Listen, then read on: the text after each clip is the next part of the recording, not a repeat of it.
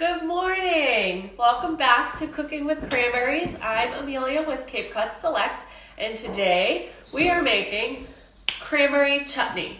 So cranberry chutney is similar to a cranberry sauce, but I think it has more love because it has more warm flavors like cinnamon, ginger, and cloves. So it's a little bit warmer. It's a very versatile recipe because you can kind of tailor it however you'd like, but you can also use it in so many ways. So we're starting off with Cape Cod Select frozen cranberries available in grocery stores nationwide. I have a medium-sized pot that I am going to put on medium to high heat. And I'm going to dump the entire bag in. It is 16 ounces, so it is 1 full pound. The recipe calls for 4 cups. And that is 4 cups, so it's perfect. So dumping that in, I'm gonna just show you, like, these cranberries are gorgeous. Nice, plump, all natural, there's nothing added. We harvest the berries, we put them in our processing to clean them all up, make sure there's no leaves and sticks from the box, and then we clean them, dry them, and then we package them for you, and then they freeze. So it's fresh as can be. This is how you're gonna get fresh cranberries year round. So 4 cups of cranberries. I'm gonna add in 1 diced up green apple. I might, no, it'll all fit. And then I'm gonna add in 1 cup of water.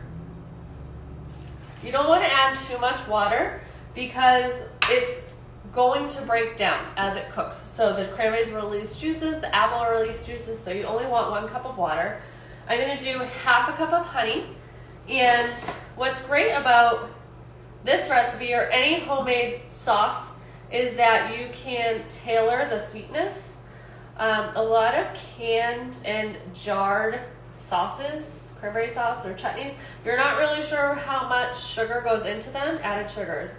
So cranberries are very tart naturally. They are very low in natural sugars. For instance, like blueberries, you pop one in your mouth and it has a sweet taste. Cranberries, on the other hand, are gonna be more tart. So most people typically don't snap on them like you would grapes or blueberries, but you totally can. They're just more tart. So a lot of recipes will call for adding honey or maple syrup is another alternative, or sugars, alternative sugars, because they are tart. So now I'm gonna add half a cup of sugar. Again, you can tailor this to your sweetness preferences. All that in there. I'm gonna turn up the heat a little bit because we are gonna bring it to a boil before we simmer. But before we do that, I'm adding in 2 teaspoons of ground cinnamon, 1 teaspoon of ground ginger, and half a teaspoon of ground cloves. So you can also do this recipe with pumpkin pie spice. If you didn't have all separate, 3 ingredients, you could absolutely do it with just pumpkin pie spice because that is a combination of those warm spices. So now, like I said, I want to bring this to a boil, but I need to kind of mix this up first so that all the flavors are nicely melded together here. But what I do love about this recipe, again, you can kind of customize it to your taste buds. So my job for Thanksgiving, because I'm the cranberry girl and work for a cranberry company, I'm always the one to bring the cranberry sauce. And of course I make homemade because it's the only way to go. And I always make a chutney instead of just the typical, traditional cranberry sauce is cranberries, some orange juice, water, sugar, maybe a little honey. That's kind of a traditional. And then I always make a chutney. And this year I made a chutney.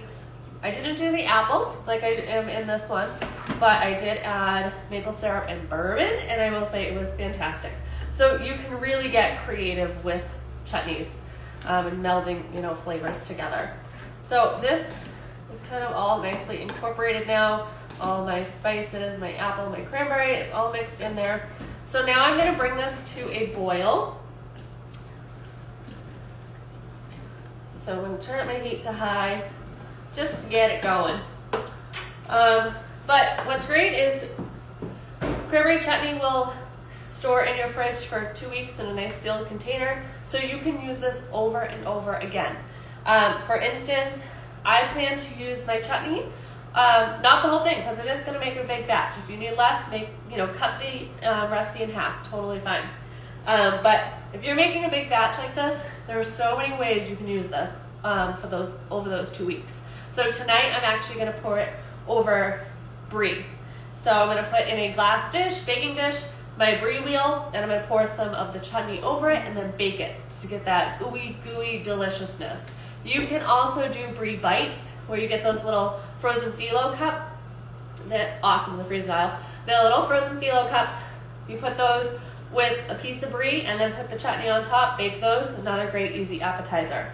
Other ways you can use this chutney is put it over some poultry, chicken or turkey, or pork. It's excellent with pork chops, especially with this nice apple in there.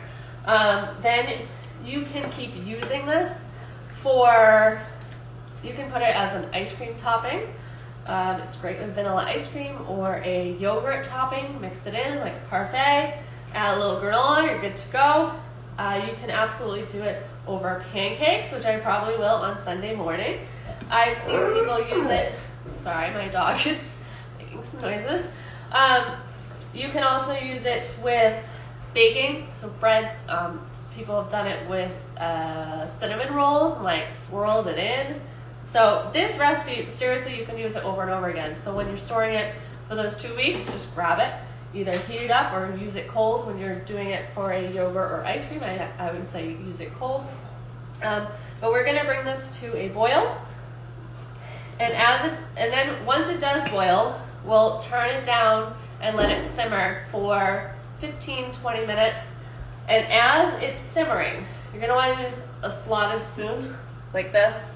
If you don't have one of these, I'd say just the back of a spoon is fine. But you're going to want to start crushing down the berries a little bit. They will soften, they will start to break down on their own, but this just kind of helps you progress it a little bit more, but also make it a little bit smoother for your sauce. If you are not a big fan of texture, you can absolutely pour the chutney, or if you're making a traditional cranberry sauce, into a food processor or blender and smooth it out if that's what you prefer. Cranberries have a natural pectin in them, so you don't need to add that if you're making a sauce or jello or whatever. It has a natural pectin, so as it cools, it's going to thicken up. So if it looks a little bit, I guess, soupier than you think it's going to be, let it cool down. It'll come together a little bit more for you. So that's my little spiel on cranberry chutney. So now we have a nice boil going on here. So the cranberries are still a little bit harder because it hasn't simmered for very long yet. Like I said, it's going to bring to a boil, then we will simmer it.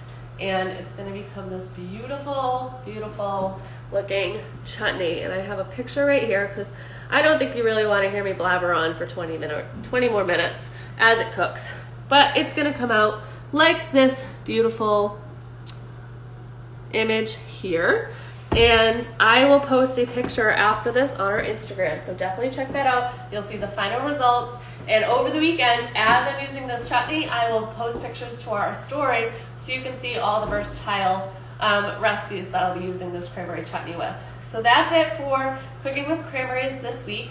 I hope you enjoyed it, learned some new things, got some new recipes. Check out our website, capecodselect.com/recipes for more recipes, or our Pinterest page also has tons of recipes, not just this chutney, but more ways you can use cranberries in your everyday life and diet. So with that, hope you all have a great weekend. I will catch you next week with a new recipe to try.